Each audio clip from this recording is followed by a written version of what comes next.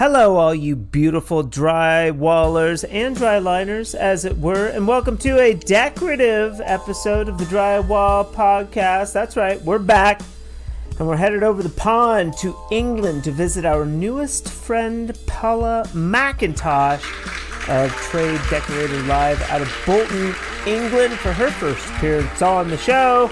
Paula and I waste no time getting into the semantics of the word decorator and how that term means so much more in the United Kingdom. We take a tour through her early beginnings in sales and being a stay-at-home mom until a set of circumstances forced her to take a leap of faith. Okay. So I said about the caravan and the job and everything. So that was on a Friday. On the following Monday, I set up Trade Decorator. Shut it. How So scary. I had the weekend to think about what I was going to do. No, you didn't just have the weekend because you had been thinking about setting this up for a while. Nope. No, you were like, instead of going and finding a job, I'm going to build a business. Yes. Actually, what actually happened, because I was working on contract magazines for the decorating sector. I mentioned to you before about the Scottish Decorators Federation, and I worked on a magazine for plumbing as well. It was another magazine for Scotland and for Northern Ireland, for the Scottish Plumbing Employers Federation, they're called. So I went to both of these organisations, to the chief executives, and I said, look, you've been working with me for years. I've been selling all the advertising for you into your magazines and organising it and getting the articles and things. I said, you have no publisher. I have no job. If I set up my own publishing company, will you give me the contract? And both of those organisations gave me a contract for 2 years. Paula is about as good as they come. We discuss her early strategies of building Trade Decorator and why this publishing company has continued to take on new and innovative challenges. We do a detailed analysis of this year's Trade Decorator Live show and what you can expect if you attend. Paula is nothing short of inspirational, and I'm excited for you to get to meet her in this episode of the Drywall Podcast. I'd also like to give a big Drywall Podcast shout out to Panel Rey for sponsoring the Drywall Podcast in the months of April and May. Panel Rey is the preferred joint compound of Fresco Harmony in England and beyond. Oh, and speaking of England, yours truly, along with our friends at GWI, will be manning the helm at stand 28 at the Trade and Decorator show that I just mentioned, June 3rd and 4th in Bolton, England. They have also bestowed upon me the honor of being one of 4 main trainers at this year's show. Paula and I talk about that a little bit. That's right.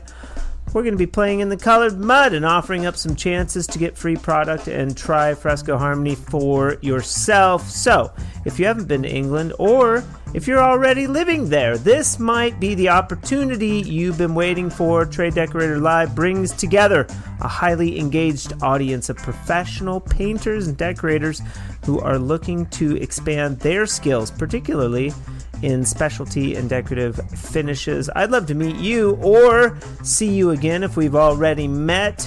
I have a feeling this show is going to be amazing.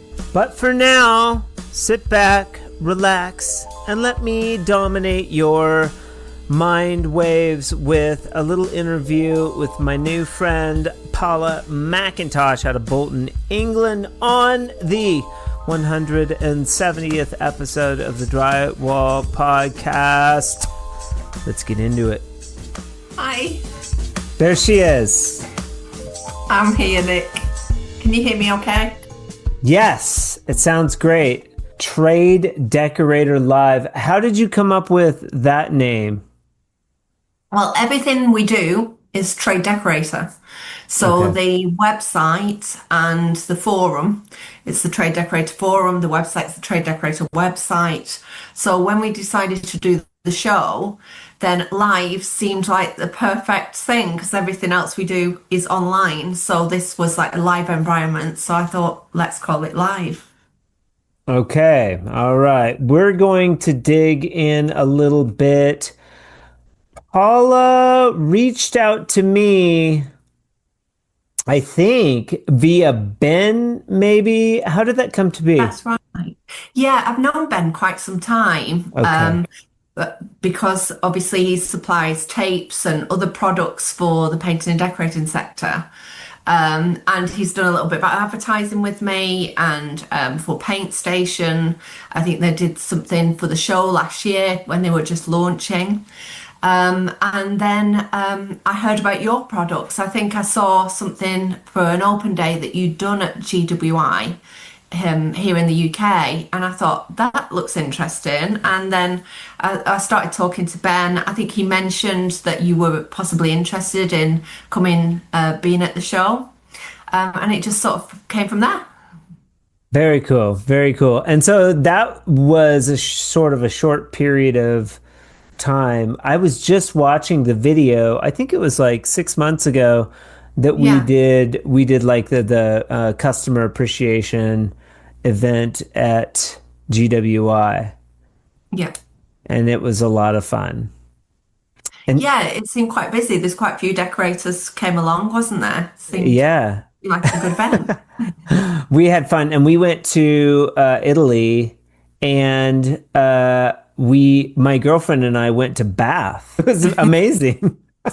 It is a lovely place. Yeah, It it is a really lovely is. place. It was so cool. I got a little nostalgic because we were watching the video last night. I was showing my father was visiting from Florida, and I was talking about the trowels, Yeah. and he was like, "Oh, you visited Italy?" And I was like, "Yeah." And I made a video. I don't know if you've seen it. It's on the Fresco Harmony page, but it's pretty good, and it has the Trade Decorator, not Trade Decorator, but it has that event, a bunch of with that event and Italy and GWI. And we went to watch a football match at Wembley Stadium, so that was cool. Oh, fantastic. So it's Yeah, like you had a great time.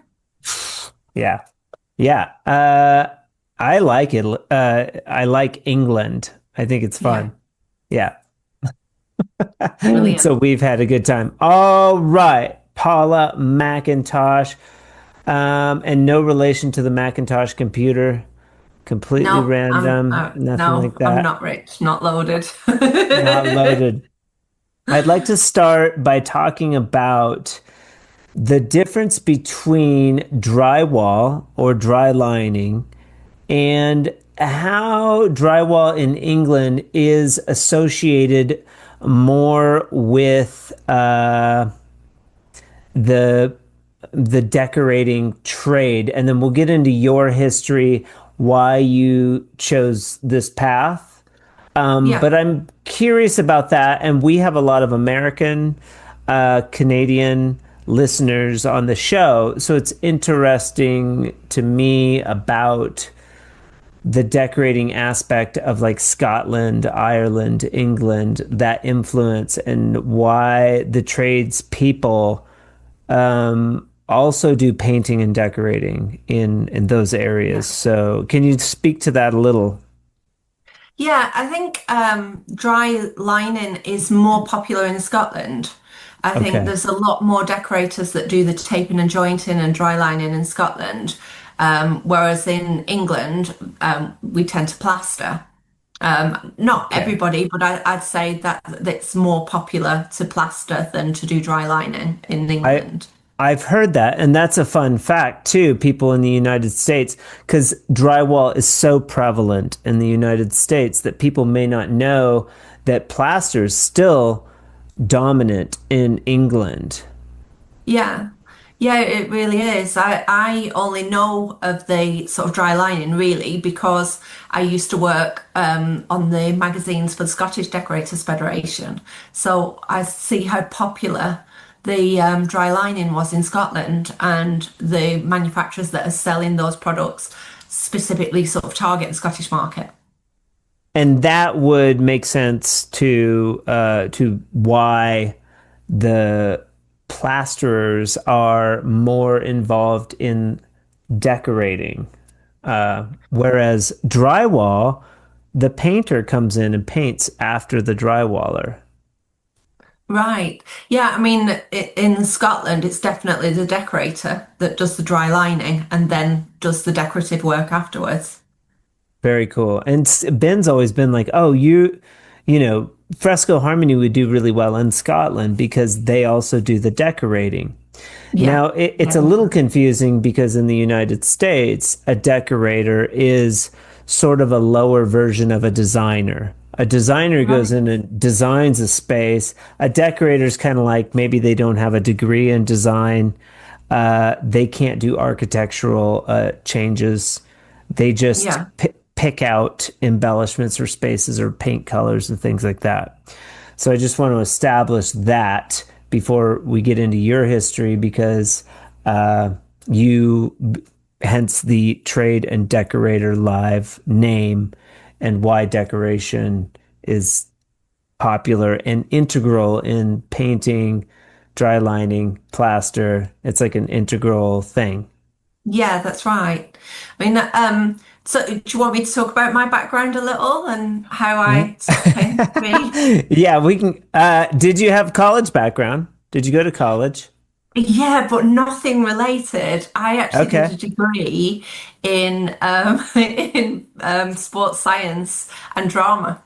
Okay. So it's very different to what I'm actually doing. You wanted to be an actress. I wanted to be a teacher. I wanted to be a PE Ah, teacher from a being P. very young. I loved sports and I wanted to be a secondary school PE teacher. But then when I actually did the degree and I went on work placement in school, I realized that the kids I would be teaching didn't actually want to learn. It's not for me. I'd want to be teaching people something that they don't want to learn. It seems like an uphill struggle. I mean, obviously, that's not across the board. A lot of kids are sporty, but the school that I went into was very, not very affluent. The kids were come from quite a poor backgrounds, and a lot of the kids didn't have PE kits. They couldn't afford them.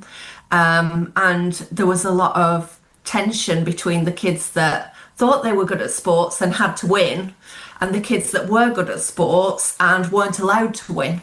And there was almost that threat that if you beat us, then you're in for it afterwards, sort of thing.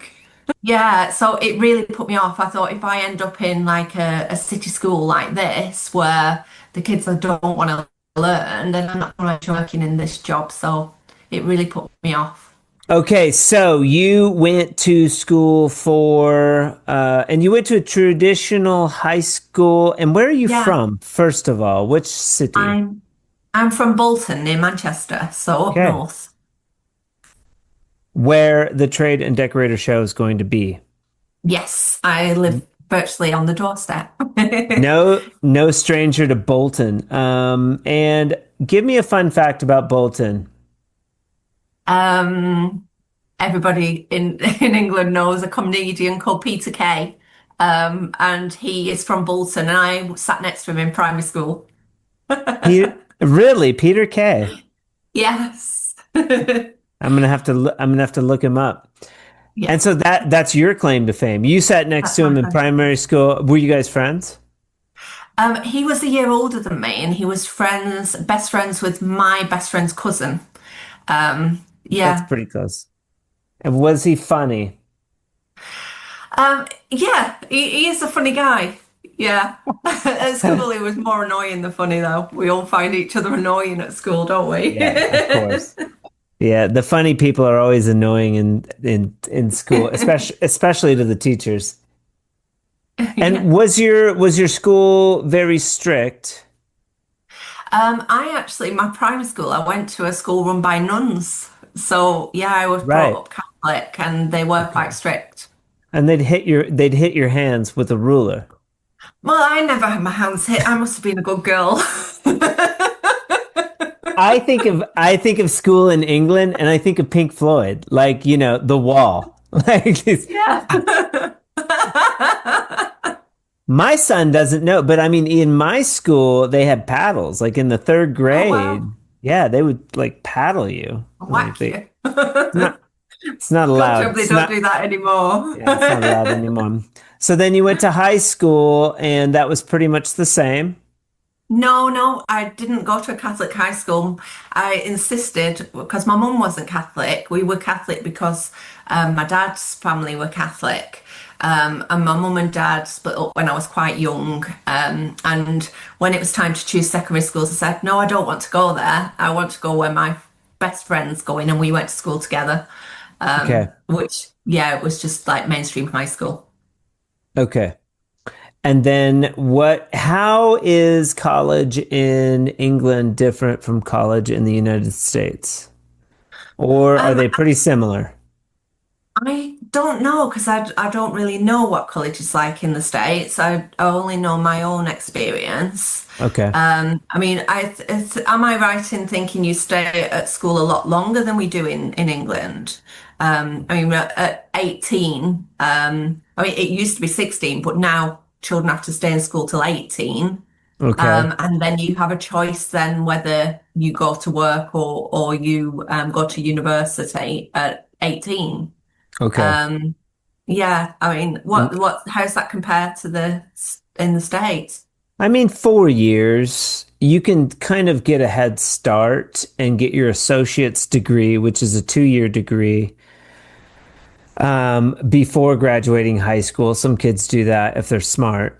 If they're advanced, they can get an associate's degree before they graduate high school. But associate's degree is 2 years, and a bachelor's degree is 4 years, and a Right. master's degree is 5 years. But does everybody do that or not everybody? No, I mean, an associate's degree is basically nothing. A bachelor's degree is okay. You're teachable. You have a degree. You could probably get a better job, Yeah, or something in the field of study that you were in, or like, I think, but a teaching job, you would want a master's degree. So anybody that right. sticks it out long enough to get a bachelor's will normally get a master's degree if they want to really up their chances of having a more successful experience in life. Right, that's a so But yeah. 'Cause, I mean, here at 16, when children leave school, they either choose to do sort of at A levels, which is like the next level of exams, or they might get an apprenticeship and go into a trade and actually go to work and then do sort of day release to learn that trade. And that those sort of vocational qualifications are becoming a lot more popular because the cost of going to university is so expensive here that you come out of university, you might have 40 or 50,000 pounds of debt from doing a degree course. yeah, and then how is the job market getting out of college with these expensive degrees? Is it pretty likely that someone will get a job, or is it difficult? I think that it's still very competitive to, Yeah. to get that job that you want, even with do need the right qualifications to get that sort of job and get that jump on the, in the job market. You've listened to a couple episodes of the podcast, or not yet? You're busy, I I've not know. had chance because of the show. I've been totally mentally busy Yeah. preparing for the show. I can't believe we're only 4 weeks away now. It comes upon you quite quickly when you get I to this know. stage. I need to get my plane tickets. I'm slacking, but I looked like last Monday and they were really expensive. And so I was like, oh, I'm going to wait a little bit longer and see if Yeah, something happens. But I'm at crunch time now. I need to get them. So, yeah, yeah. uh, Have whatever. you got the Whatever. hotels and everything booked now? Did you get that sorted? Yeah, Ben Fantastic. got it. Ben got it sorted. So that's good. I'm very excited. I think it's going to be fun. Oh, it's going to be amazing. Yeah. But this is the fifth year of the event, and each year it gets a little bit bigger, a few more exhibitors, a bit Of bigger course. stand, and more people are finding out about the show now. So there's a lot more hype about it on the internet, in the Facebook groups, people talking Yep. about it and saying they're coming, which is really good. Yeah, it's exciting. We don't want to jump ahead, Paula. We're jumping ahead now. You're still in college. You're in I'm college. still in college. You're trying your hand at PE. You're going to be a PE teacher. But PE didn't work out. And No. so, what about the drama? How come you didn't like go into the drama, or was that just like secondary? It was my secondary subject. I actually had two children straight out of university. I fell Okay. pregnant with my first daughter, and I ended up staying at home to look after her. And then I had my son Louis.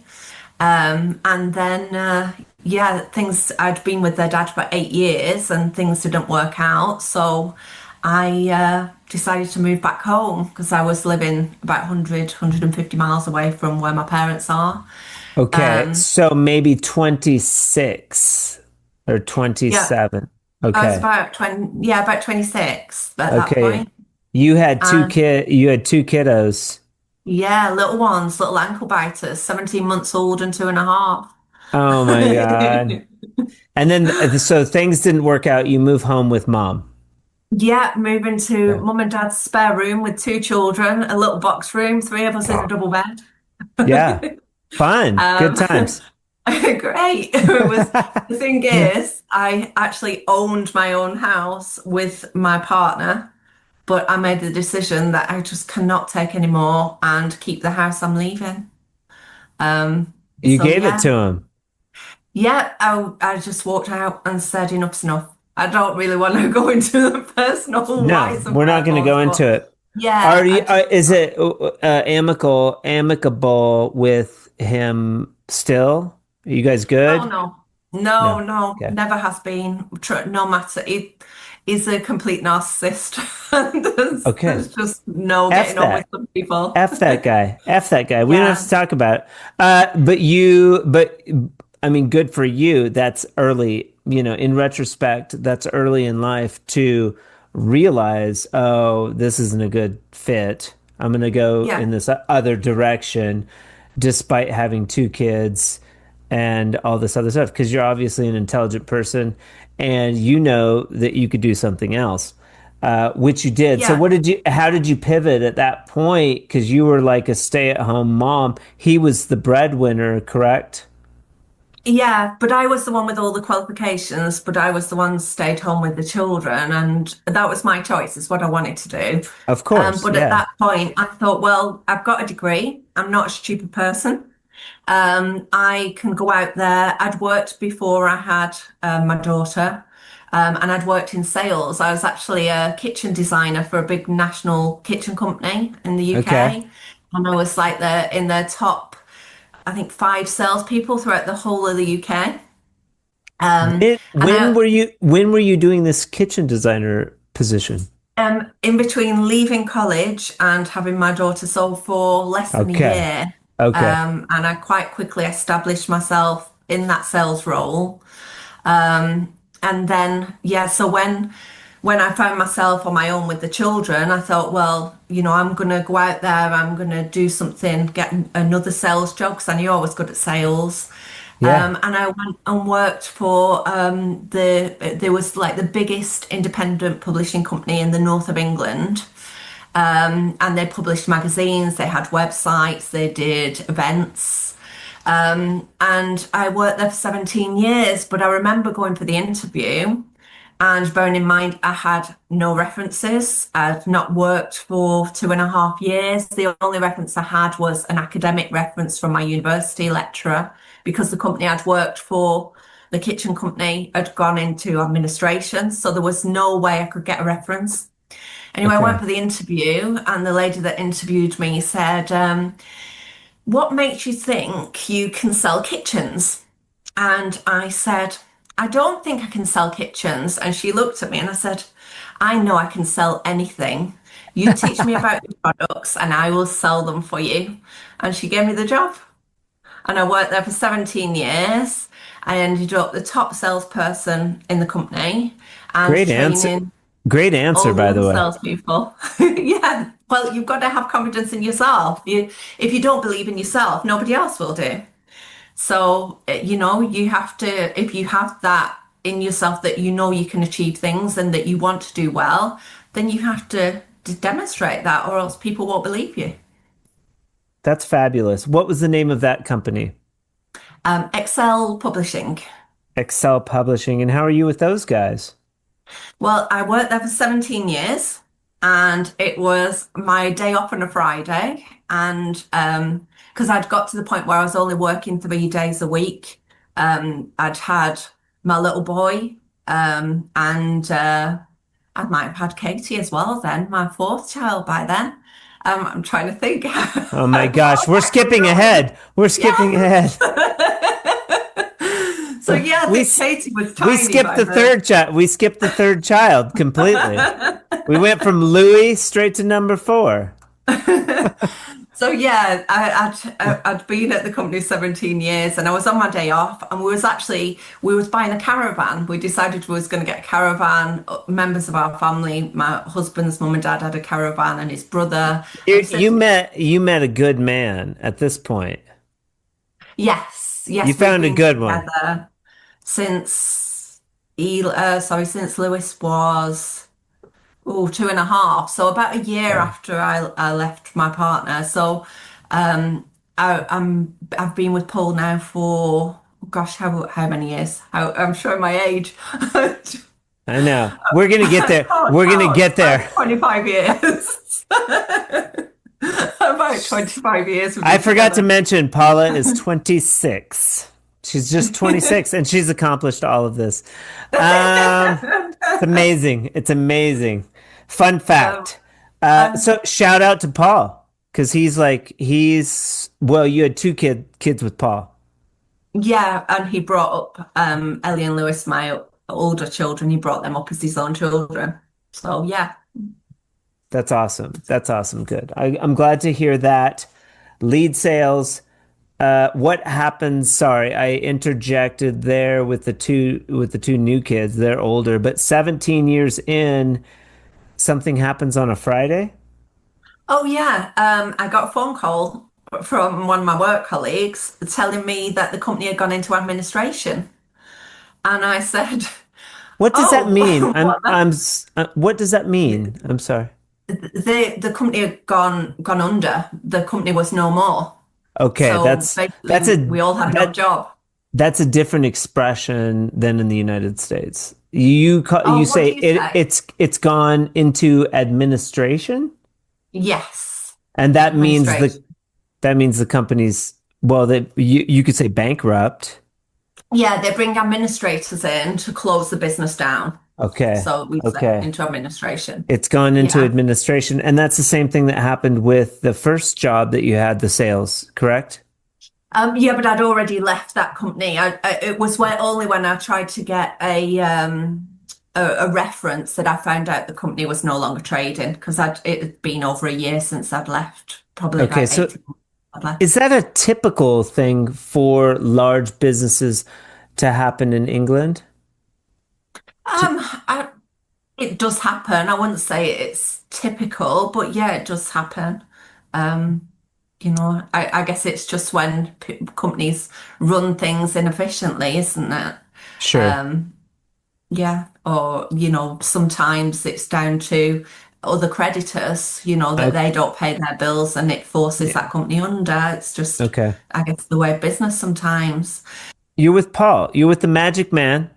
Yes, You got four kids. And the business goes into administration. This is a Friday. yes. What do you And do? we were sat we was doing this handover to buy this caravan and we had to turn around and I said, oh, just wait a minute. He was showing us, oh, you plug this into the electrics here and this is how you turn the water on. I said, excuse me, could you give us 5 minutes? So he left and I said, oh, we can't buy this caravan. I've got no job. He said, what do you mean you've got no job? So I explained quickly and they brought the manager in because, I mean, we'd had this caravan on order for about 3, 4 months. We was just playing. Uh, Yeah, we paid the deposit. I think we paid about £1,000 deposit, something like that. sure. And I explained, and he said, "This has never happened before." He said, "Do you think you'll get another job?" And I said, "Well, yeah, I don't intend being unemployed." Back to the confidence. Yeah, of course I'm going to get another job. Give me the damn Yeah. caravan. I said, I'm not going to be. He said, well, I'll tell you what, we'll give you 3 months. And if you're not in a position to come and pick the caravan up, we'll sell it to somebody else and you'll lose your Great. deposit. So I said, well, that's fair enough, if you're Yeah. going to hold it for 3 months. So we put the kids in the car and they were saying, why are we not having the caravan? Because we're supposed to be going on holiday. The car's packed with all suitcases and clothes and everything, and we leave the caravan there. We said, oh, there's something wrong with it. It's not ready. Need some engine work. So, And yeah. What does Paul do? He was setting up contracts for school photography. When Okay. the photographers come into school and they take all the children's pictures, he was the Yeah. like salesperson. Yeah. Yeah. Yeah. And he would Awesome. go and set up the contracts with the head teachers and the business managers in the school. I like Um, Paul. I like Paul already. But my youngest daughter, she had serious food allergies, and she was Okay. so poorly that well, I'm jumping ahead. I'll come to that in a minute. Okay. So I said about the caravan and the job and everything. So that was on a Friday. On the following Monday, I set up Trade Decorator. Shut it. How So I had the scary. weekend to think about what I was No, going to do. no, you didn't just have the weekend because you had been thinking about setting this up for a while. Nope, No, you were nope. like, instead of going and finding a job, I'm gonna build a business. Yes. Actually, what actually happened, because I was working on contract magazines for the decorating sector. I mentioned to you before about the Scottish Decorators Federation, and I worked on a magazine for plumbing as well. It was another magazine for Scotland and for Northern Ireland for the Scottish Plumbing Employers Federation, they're called. So I went to both of these organisations, to the chief executives, and I said, look, you've been working with me for years. I've been selling all the advertising for you into your magazines and organising it and getting the articles and things. I said, you have no publisher. I have no job. If I set up my own publishing company, will you give me the contract? And both of those organisations gave me a contract for 2 years. That's So awesome. that's how I started. I started by doing their magazines and their yearbooks, and I already knew all the advertisers and I had all details of all the contact details. I had all their email addresses. I knew everything they'd spent with me over the last however many years and what they'd already Yeah, but bought. you've never run a publishing company. You don't know anything No, about running a no, I just did it. All I just right. found a printer that could print the magazines. Used my contacts that I had, people that I'd worked with, and asked them. I said, do you know anybody that publishes magazines? And my other friend said, do you have an accountant for your business? And she put me in touch with people. And it just all came together like that through connections, through because business is all done through people. If you don't know something, you know somebody who does know how to do it. So you just reach Mhm. out, they tell you what to do. I love this story. And you were probably like a kid in a candy store, but it's probably difficult to start a business in England, maybe more so than the United States. I'm not sure. Was that a challenging experience? It really wasn't. It was just like doing the job I was doing, but doing it for myself because I Okay. knew all the systems, like I said, the advertising, how to set the magazine. The guy that builds all my websites, I worked with him at the publishing company for, I think, most of that 17 years. He was a graphic designer. He was the one setting the magazines and he came and worked for me freelance. So I had somebody that could do all the artwork and produce the magazine itself. And we just worked exactly the same as we had. But then we sent it, I sent it to the printer and dealt with all I think it was the administration side of things, the invoicing, the dealing with the printer, doing all that side of things, the organization side, because I wasn't just doing the job that I'd always done. I had to learn how to do all that part of running the business. Absolutely. And that was probably the most challenging for me. Okay. And it was, so I did that. And then I was probably about, I'd say 6 months, no more than 6 months in. And I thought, you know what? What if when these contracts come to renew, they say, well, thanks for all the work you've done, but we don't want you to do the magazine anymore. We're going to get somebody local because both of these organisations were in Scotland. I thought they might get a Scottish publisher. What if they decided that? I'd have no job again 2 years' time. Were you looking for magazines in England though, or were you No, looking for clients in England? You were fine with the two. yeah, I was fine with the two because it was just me. I didn't have people working for me. And I was very busy doing both of those publications and the Smart. yearbooks that they had. Yeah. And doing all that business side, having to learn all the business side.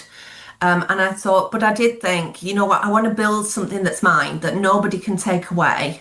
And when I looked at where my contacts were, looked at the market and how saturated things were in the plumbing and heating market compared to decorating, I thought the direction I should go in is the decorating market. And that's why I decided to launch Trade Decorator because there wasn't at that time a website like mine that did news, that did video product reviews. It was something, totally new that nobody was doing.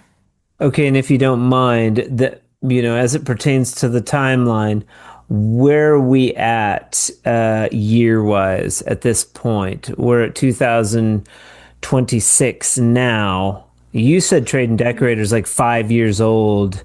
8 years old. It's nine this year. 9 years this year in June. So it It's was 9 years old, but five 2017. 5 years of shows. 5 years of shows. Yeah, Okay. but Trade Decorator itself, I started in 2007. Hang on, when did we go? I think it was 2018.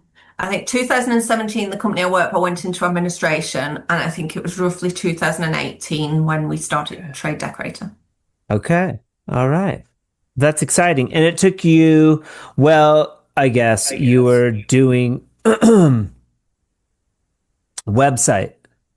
So Yeah, I started with a website. you were focused on the website. Yeah, I wanted to. I put out like an advert on social media saying I was looking for a decorator to work with that wanted to do video product reviews with manufacturers. So, like today, where you have all these influencers, I was basically giving somebody that opportunity to work with me as an influencer for a trade decorator that would work with lots of different manufacturers, have the opportunity to build those sort of relationships, get given free products, whether that be dustless sanders, spray machines, or a roll of tape, whatever that might All right. be. You were sort of nurturing the seed of the influencer maybe before the influencer was a thing. Yeah, I'd say it was very early in its infancy, not like it Yeah. is now, 9 years on, everybody is, wanting to be an influencer. But yeah, at that time, I put this little advert out saying, I'm looking for somebody All right. and send Who'd me you a get? video of you. I worked with a guy called Nick Sammett of Rushmore Painting and Decorating. After Nick, there are now about 8 decorators that I work with, and they all have their own businesses. There's some in Scotland. We've got decorators in the north of England, down south, and some are involved with product reviews with the videos. Others are involved in running our social media platforms, and we all work collectively as a team. What are the other names of these individuals? Oh, you put me on the spot now. Let's hope I don't forget anybody. There is Just the Stuart best McLean. ones. Just the name the best ones. Oh no, they're all the best. They're all fantastic. I couldn't They're going do to it be without. listening. I, They're going I to don't be like you asking me to name them all. If I forget someone, I'm going to feel terrible. they're going to be listening. I know. No, I mean just because like if people are listening to the show, we want to go follow these characters, man. And maybe we can get a list. You could send me a list and I'll put it in the show notes Okay, of fantastic. these people that you need to follow and pay attention to in the UK. Definitely. There is Stuart McLean, of S McLean Decorating. There is Ian Crampsey of ATD Painting and Decorating. Kevin Brown, the Prestige Painter. Um, I think well, I think I know Kevin. I think I follow him. yeah, Sam Ty from ST Paints. Um, Georgie Roberts from Cozy Room Interiors. Gary Marsh. Oh goodness, Gary does so much for me. I feel bad that I didn't remember his name. It's like the Gary Academy. Marsh Quality Interiors. It's like the Academy Awards. Try to remember I everybody. know. Trying to remember everybody I should thank. And now I've lost where I'm up to, and I know I've got some left. Um, John Mears from jmears.co.uk. Now, he's not a decorator. He's written books on decorating. He helps Cool. decorators with their social media and marketing. And he's That's written awesome. books, and he is fantastic. There is, I think there's only John, I forgot. I think I remembered everyone else. And Ashley Woodcock from A1 Woodcock Decorators as well. He does a lot of Okay. work with us as well. So he's not just on the admin team. He helps us loads at the show and with other things as well. All right. So we are at 2018. You're publishing, but you decide to do a show, Trade Decorator Live. And Yes. it takes you 3 years to have the first show. It wouldn't have been as long. We were due to launch in 2021. So I started planning it in 2020. And then Okay. COVID hit. And I Oh yeah. point, I had remortgaged my house to pay for the show, which you can imagine it like that. It's like, what am I going to do now? We're going to be homeless. How old are the kiddos at this point? Just out of curiosity. We're 2026 now, and my son is 12, and my daughter she's going to be 10 next week. So there was what, 3 and 5? A tricky time. And because Yeah. I'd convinced my husband, yeah, remortgage the house, we're going to do a show, it's going to be amazing. And he'd given up his job at this point as well to look after our little girl because I Ah, mentioned she had severe food allergies, and okay. I'd only been doing the business, I think at that point about a year, and we kept getting phone calls, you need to come and pick her up, she's sick. Eh. And so he kept coming out of work, and his boss said, you can't keep taking all this time off. Your wife's at home. And my husband said, she's working. And he said, so are you. And so really we sat down and we had that conversation. And he said, look, if you you're doing so well. He said, and let's be honest, you're earning more than what I am with the business, even as early as it is. He said, if you stop now, that's it.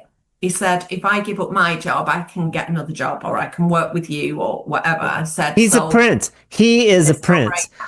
Step aside, Prince Charles. Paul is the break. is the real prince in England. So yeah, so What a guy! What a guy! That's extraordinary. and he has always been so supportive of me and help, he's now driving the length and breadth of the country, delivering leaflets to 200 decorating stores before we open in June to make sure every decorating centre has leaflets on their desk about the show. Because we printed 30,000 leaflets for the show. He's out there. He's doing the work. Yes, he's doing the legwork for me. Shout out to Paul. Shout out to Paul. And how long have you guys been together now, you and Paul? What now, as in today? Yeah. Yeah, about 25 years. Yeah, 20. Congratulations. That's awesome. So now we have a little bit of background. You're doing the Trade Decorator live show. Obviously, Fresco Harmony got invited. Who else? I mean, I don't know too much about shows. Is there a lot of competition for shows in England, or is this like sort of it seems like there's one other one in Scotland that's a really big show. Is this sort of a unique show for England? It is unique in that it is the only show that's actually been born from a community. All shows tend to be, I've been talking about this week online. Okay. Shows tend to be made by companies that, first of all, sell stands to manufacturers, and Okay. the experience of the decorator after they finalise the floor plan. for me, it's everything that I do is always with the decorator at the forefront because it's been born out of a community. So we've got a community of nearly 9,000 decorators. So everything I do is built for them. And having 8 decorators that you can talk to and say, how will this land? How will this be received well with the decorators? Do you think we should? Oops, good job it's not got water in. So I just tipped it all over the desk. Okay. Okay. Do you think we should do this rather than me just thinking of pounds and pence and how things fit the budget? It's all about the decorator experience. So when you come to the show, you'll see that community. You'll see the atmosphere. You'll see when people go on a stand, they have proper conversations with those manufacturers. It's not just, people wanting to come along to stick 5,000 leaflets in a goodie bag or, just handing stuff, freebies out. It's so different. You won't be standing there and people saying, what have you got for free? They'll want to have real conversations with you about what you do. Your sort of approach is putting sort of the vendor first. Put the vendor first, build the show around the vendor so that people that come to the show have a really great experience. That's exactly it. Because if the people want to be in that room, then why would you as a manufacturer not want to be in that room with them? Yeah. I get that. Just makes sense, doesn't it? Yeah. So, I mean, everything, even the little things matter to me. Like we feed everybody that comes, we give everybody lunch, and the exhibitors as well. You will get free lunch. I talk to all of the manufacturers that are exhibiting and say, look, I want to get people in early. So what I want to do is put goodie bags together, and we do 100 on each day, on each morning, so that we had people were queuing down the road before I even arrived. They'd been outside for an hour before the doors opened last year because they all wanted a goodie bag. I've got masses of present people going, Paula, and waving at me. They knew, who I was from the forum, which is lovely because you feel me as an organizer feels part of it. I've been told by manufacturers that they exhibit at other shows and the only time they see the organizer is when they come with a card machine for them to pay for the stand for the following year, that they don't have that relationship. And to me, it's people buy from people they like, know and trust. You have to have that, people have to like you, they have to want to be part of what you're building, and that's why the community works so well, because I'm flying to England, Paula. You called me. I thought you were like a sales rep, like that's the vibe. You're like a sales rep. You work for the company. I'm talking with a Paula person. She's in charge of gathering people to come to the show to fill the spots. We just want to fill the spots. Yeah. It's up to you to sell. But this is more like, I like how it's like you want to help the vendors sell. You're helping the vendors sell, which is like, it's refreshing, because we need help. God knows. Exactly. And that's why, with my show, that's why some of the smaller companies like yourselves are new. You mentioned before about entrepreneurs inventing products. Yeah. That's why they want to come to the show, because they want to know what the decorator thinks of that product. They want that sort of feedback, that real conversation that you only get from talking to people, not from giving something away and not getting any feedback back. So like you said about the corporate show, where people can be quite put off if it's too stuffy, too corporate, and your stand's busy with people but not having real conversations. They almost feel like they can't approach you. The stand's not even busy. It's this giant stand. They probably paid, $50,000 for this stand. There's 4 guys that work for the company sitting there talking to each other, and there's nothing. That's it. Well, that's not going to work, is it? You can talk to each other in the office. Having a sales background is pretty smart. But also, the byproduct of your show, I would think, is that the people attending the show are going to have a better experience. Yeah, you're going to see things. See things you've never seen before, or see products that are new, or like this type of thing. Yeah. You know, That's why I do the training sessions as well, because it's about the visitor experience. I mean, it's not with the training sessions, specifically limit them to 10 people. Because if you're teaching more than 10 people, then those people are not going to get any real experience. You're not going to have time to spend with them. So if we limit it to 10 people, they get more one-to-one time. You can see what they're doing, help them, and anybody in the room that's standing around watching can actually see what's going on because it's not crammed full of people.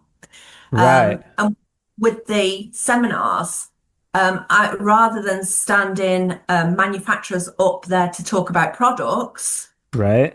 who wants to be spoken at about products? If I want to know about something, I want to come and talk to you. I want to ask questions. I don't want to sit there like that while you talk at me. So what we do is put decorators on the stand, and we have decorators talking about what they're doing in their business that could help other decorators. So Beautiful. I've got James Wildish is coming from the UK Spray Association, and he's a decorator, and he's gone into spraying, and he's going to be talking about what spraying's done for his business. And now he's launching the UK Spraying Association to work with manufacturers and to give spraying to like get it regulated, for safety and things. So he's going to be talking about to decorators about how they can do things in their business to introduce spraying to make more money. So Beautiful. that's like things like that, really, Yeah. to help the decorator to build better businesses. So let's break down the show a little bit. How many vendors are at the show? There are And around can you name each one? not without a list. No, I know it's a bunch. Yeah, there were around, I think, 47 Okay. exhibitors. Okay, 47 exhibitors. Yeah, there are more brands. Some of them are combined with more than one brand, you see. So there's more than 47 brands because there's like one, for instance, is My Paintbrush, and they are bringing about 4 or 5 different brands with them on their stand because they're a supplier. So they've got reps coming from different brands to talk about the products that they sell to help them on their Okay. stand, and they'll be doing some great show deals and things like that, I would Okay. imagine as well. I follow those guys on social. Oh, they're Yeah. brilliant. They're Yeah. great on social, very Pretty good. engaging. Pretty good. And then okay, so you have 40 some spots. You've Yeah. got the trainings. You've got four. We've got 3 training sessions. Yeah, we're doing 2 on the first day and we've got 1 on the second day. Okay, who are the training sessions? So there is Repair Care. They're our headline sponsor for the event, and they host the first session on the first day. Okay, And say they that again. Repair Care. They're How do you they're our headline sponsor for the event, say and can you spell that? Sorry. REPAIR Repair, and then Care CARE. Okay. And that they're one of your big sponsors. Yes, they headline sponsor the Okay. event. Okay. And their training session is about timber windows rather than the UPVC windows. When they decay, rather than ripping them out and having to replace the windows, they do a resin product that you basically take all the rot out and rebuild the window and then sand it all down, and when you've painted it, it looks like a brand new window. Beautiful. Yeah. And are they doing sort of a training session based on that repair Yeah. process? They'll Okay. be teaching people the 7-step process of how to use that product. Okay. Um, yeah, And this is day one would be June 3rd, correct? that's right, 3rd of June, yes. Wednesday, June 3rd. Um, and then who's the second training session? That is you, Fresco Harmony. You're the second one. That's Fresco. And we'll Yes, be you're 2 till 4 o'clock. yeah, and we'll have sample boards and we'll be taking people through the 3-step process to achieve a plaster looking wall. Pretty standard. We'll probably keep it pretty simple, but hopefully it'll be fun. And we'll have sample boards, and you can take a free color pack, a sample of sealer, and a sample board. And I generally talk a lot about sales. Um, Yeah, I like that you actually are going to be teaching people not only about the process and how to achieve what you do with your product, but actually, you know what, this is how you can make more money in your business by offering yes, something that other people don't offer. And that I think that's yes. really important. It's paramount here because plaster is coming in on the back end of drywall. So we've been drywall and painting so long that this art form has sort of gotten lost. It's too expensive, it's too laborious, like these sorts of things. People don't sort of that's where Fresco Harmony came in. Oh, let's do something that's like quick and easy and affordable.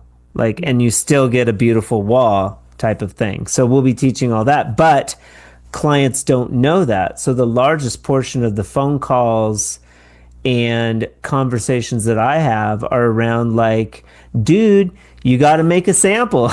You got to show it to the client. You have to tell them it's an option, like these sorts of things.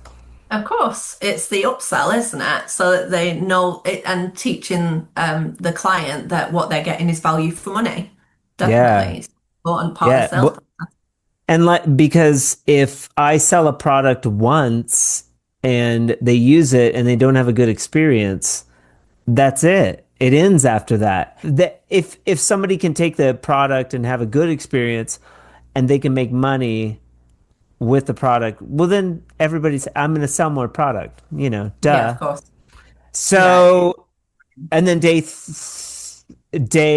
sorry, the third Ben's texting me. He's texting me right now. I'm getting Ben, Ben Cole. He won't come on the Drywall podcast. Why not? Why? He's shy. Okay, so then day two, June 4th, Thursday, you have One training session in the one morning. training session. And who's that? That is Mercer Abrasives. They're going to be doing dustless sanding masterclass and teaching how to get the best results with their sanding equipment. Okay. And that is, can you spell that company for me really quick, please? Mirka. Merca. Okay. Yes. Excellent.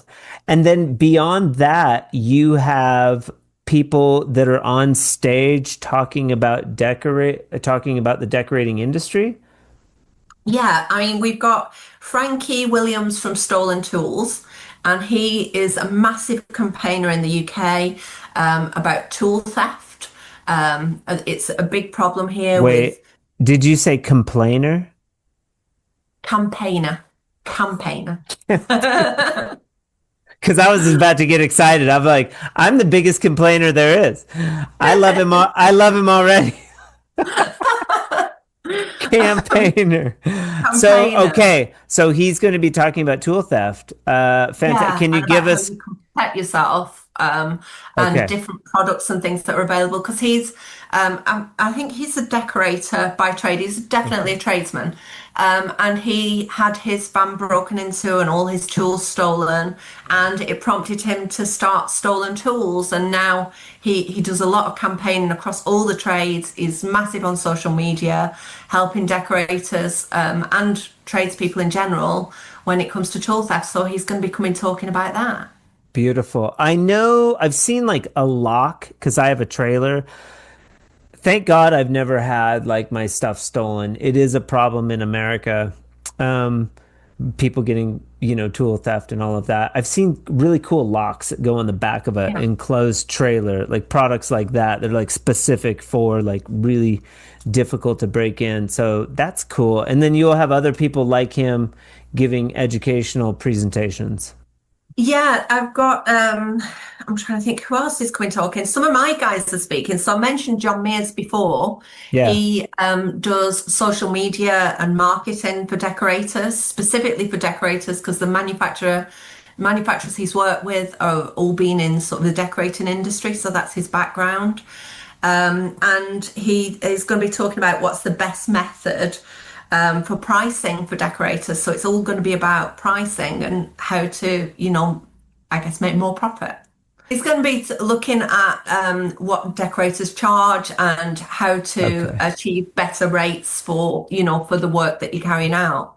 So Yeah. a lot, I mean, you can all work for free, but nobody wants to. If you're at the point where you're running a business and you're not really making any money, then you'd be better off stacking shelves in a supermarket. So it's things like this that John's doing that will help decorators to realize maybe, well, I'm doing that bit wrong. Maybe if I did more of what he's saying there, then I could make more money in my business just by making Okay. simple changes.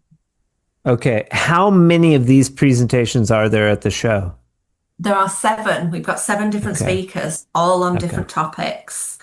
Okay. And yeah, we're actually launching our own. Gary Marsh, one of the decorators who is on my admin team, he's going to be speaking at the event because we have another website called Trusted Decorator, which Okay. is like a marketplace for decorators to market their business to the general public. And it's all free. And it's for something I built during COVID when I was bored and had no work. So I came up with this concept of launching this website. And decorators can basically put a profile on there for their business. And people go on the website to find decorators in their area because it's all linked to Google Maps. It's got 5-star ratings on there and everything. And we've Cool. just built our own app, and this is what we're going to be launching at the show. So decorators, when they get inquiries, it will actually ping in the app and they will be able to communicate with the customer through the app to say, oh yeah, I'm free on such a day, I could come and do a quote then. And it will all work from the app. Decorators can update the profile in the app and manage any inquiries that come in through there. Okay. Ben needs to be on there with the Fresco Harmony so he can sell some of that stuff. Well, that's purely for decorators. It's not for manufacturers. The trusted No, decorator. yeah, he does it, man. Oh, He'll does go. he? Oh, well, definitely. He needs to get. Oh, I didn't realize that. I thought he was just selling it. He's done a couple, but I mean, it's like I can go. I'm going to Oregon. I do it too. Like Yeah. I'm doing a job next week. I'm All flying right. to Oregon and doing it. Yeah, I did a fireplace last week. I do it all the time. Yeah. Oh, fantastic. I make extra money doing it. Yeah, maybe one day I won't be able to, but it's a good extra source of income. So trusteddecorator.com. .co.uk. It's trusted-decorator.co.uk. What? And you said there was another website though. So if people want to find out about the show, obviously they should follow Trade Decorator Live, your social media pages, Facebook, Instagram. What else are you on? We've got a website for the show, which is tradedecoratorlive.co.uk, and everything you want to know about the show is on there. All the prizes you can win, all the training sessions, to book training sessions, to book tickets for the show is all done through the website. Okay. And the seminar program's all on there, and all the, excuse me, the exhibitor list is all on there as well. Would you Anything. say this is maybe somebody's not in the trade or so this would be for also for not just decorators and industry professionals? Would you say this is for homeowners as No, well? no, No, definitely not. this is just for the products and Purely for the tradespeople. trade. Yeah, it's for the trade. I'm not interested in filling the room full of people on seats, bums on seats. It's not about Yeah. numbers. It's about having the right people in the room. So to Okay. me, if you have the chance to speak to, say, 1,000 people and in that room over 2 days, and every single person you speak to, you couldn't speak to 1,000 people in 2 days. But if every single person that comes onto your stand is a potential buyer of your products, that's far more valuable than me saying, yes, Mrs. Smith, you come along, come and grab some free paint for your living room so you can paint your living room. And then you don't know whether you're talking to a decorator or a homeowner, and it's then murky, and it stops you having those real business conversations because you're too busy talking to people you don't want to be. Yeah, for sure. Is there anything that I missed that you would like to add about Trade Decorator Live? We're launching another event this year. I can tell you a Okay. little bit about that. Yes. For me, what I'm going to be promoting on our stand is the Trade Decorator Awards, which is going to be a massive black tie awards dinner and Christmas party. Because Beautiful. yeah, I mean, if you're in any trade, you don't really get a Christmas party. But the majority of decorators, are solo tradespeople. So the Christmas party consists of me, myself, and I with a pub in a pint, a pint and a pub. There's not really the party vibe. So I wanted to create a Christmas party for decorators. And so to combine the two, we're doing it on the 27th of November to combine the Christmas party idea with the awards. This will be a massive black tie event. We've got 12 sponsors so far, which are big brands in the industry. Our headline sponsor is Zinza. And yeah, there'll be awards for decorators. There's awards for contractors. So those bigger companies like Bagnalls, Bell Group here in the UK that employ lots of painters and work on big commercial projects or hotels and leisure projects or heritage projects. They can enter as well. There's different categories, whether you're a solo tradesperson or a bigger contractor. Okay. And then to bring everybody together, because everything I do is about the whole industry. There are awards for manufacturers, so best paint product, best non-paint product, lots of different categories that manufacturers can Sure. enter, and Sure. best supplier as well. So, Decorators Merchant of the Year award, and even a training provider award, so that there's something in there for every aspect of the trade. Beautiful. And of course, Fresco Harmony won't be entered into that contest because it's a shoe-in. It wouldn't be fair to the other Because contestants. It wouldn't be fair because we just win. it would win. Well, you'll have to enter. We'll see. Maybe I'll talk to the Ben. We'll see what we'll see. He said might not be fair. Yeah. There's now. Wait, is that bragging or is that confidence? I think that's confidence. That's just belief in your product. Yeah, Yes. it's good stuff. We would love to enter. I think it would be fun. I don't know that I could make it back in November, but I have Yeah. gone. I have gone over to Germany, the Oh, Christmas yeah. market. The German markets. Yes. So beautiful. It's really cool. But I can only imagine how beautiful England is in the winter. Oh, yeah. Lots of snow and it's freezing. What would be, well, so that's Trade Decorator Awards. That's going to happen the 27th of November. Yes. And you're building this sort of event and these prizes and I guess people will find out more at the Trade Decorator Live. You're going to be sort of gathering and compiling information from there. Some of the vendors that are going to be at Trade Decorator Live might get entered into these categories to win, oh, this is the best new product, this is the best contractor, these types Yeah. of things.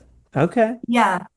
I mean, all the awards for decorators and contractors will be judged by our independent panel of judges. We've got 10 judges from different elements of the industry, Okay. all with different experience.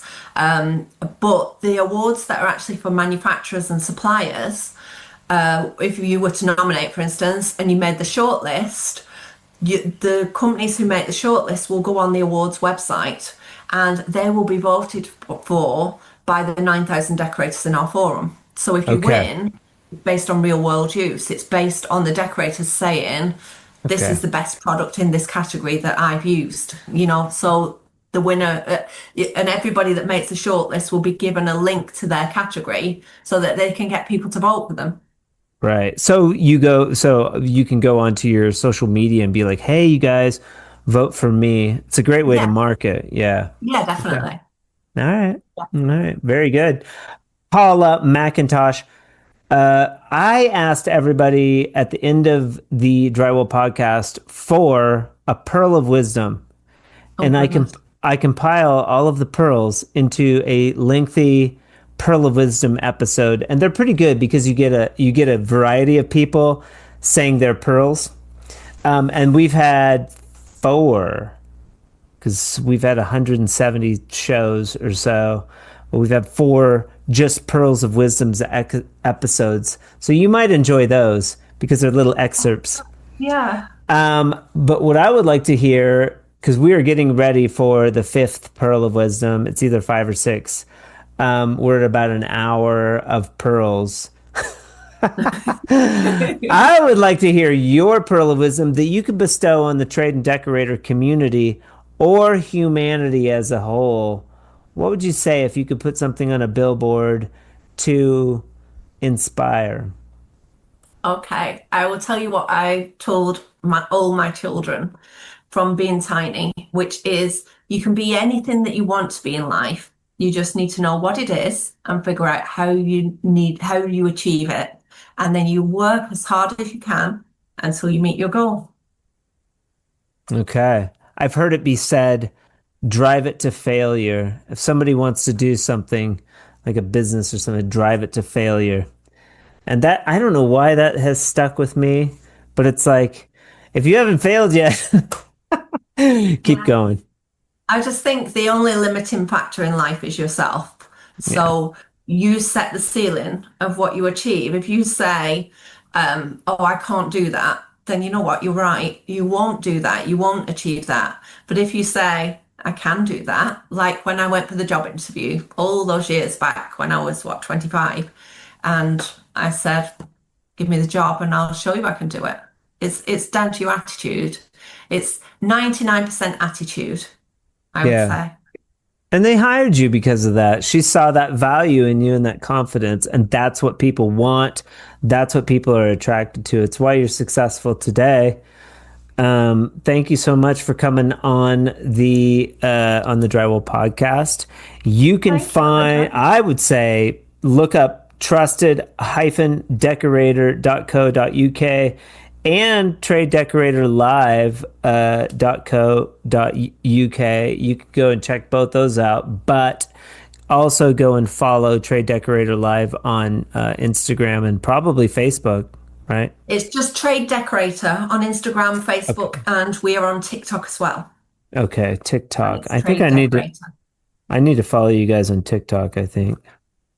But thank you so much for being on the Drywall podcast today. I know you're busy. I appreciate your time.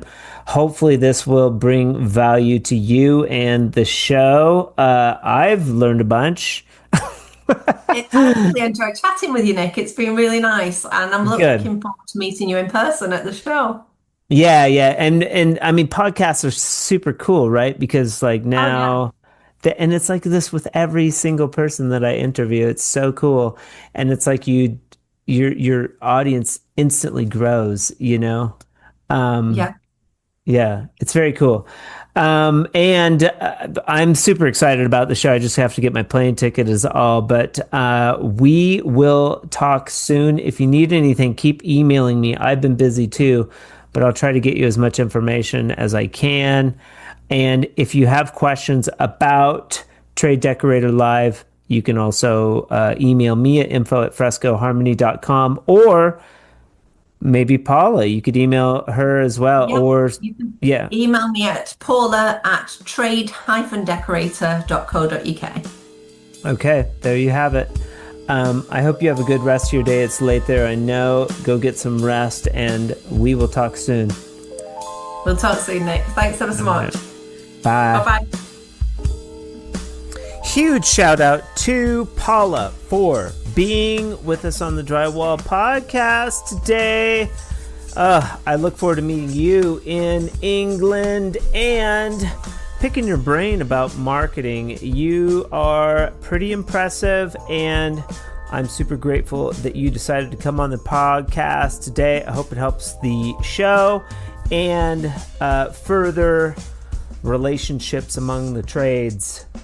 Also, I would like to give a huge shout out to Panel Rey for sponsoring this little thing I call the Drywall Podcast in the month of April and May. Panel Rey will be hosting our booth with GWI and Fresco Harmony June 3rd and 4th in Bolton at the very same Trade Decorator live show that you just heard all about.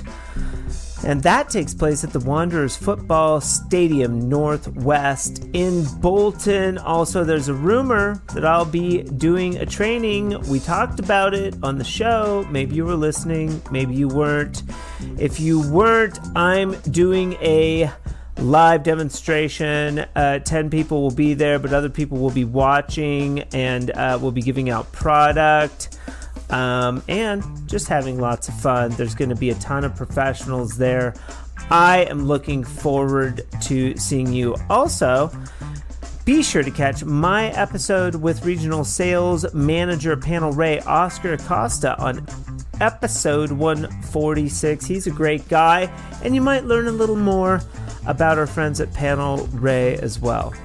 You have a lot of options for listening when you're on the job or on your way to work. Today, you chose to listen to Paula and I wax poetic about the dry lining industry and maybe learn a little something about our friends in England. And I appreciate you for that. It's because of listeners like you and sponsors like Panel Rey that I get to bring you this podcast, talk with trade professionals and product manufacturers, and learn things about our industry that are pertinent and hopefully interesting. I hope as you wander into your weekend or week, whatever you're going into, that it's fabulous. You're fabulous. I hope it's fantastic. And remember, keep drywalling or dry lining.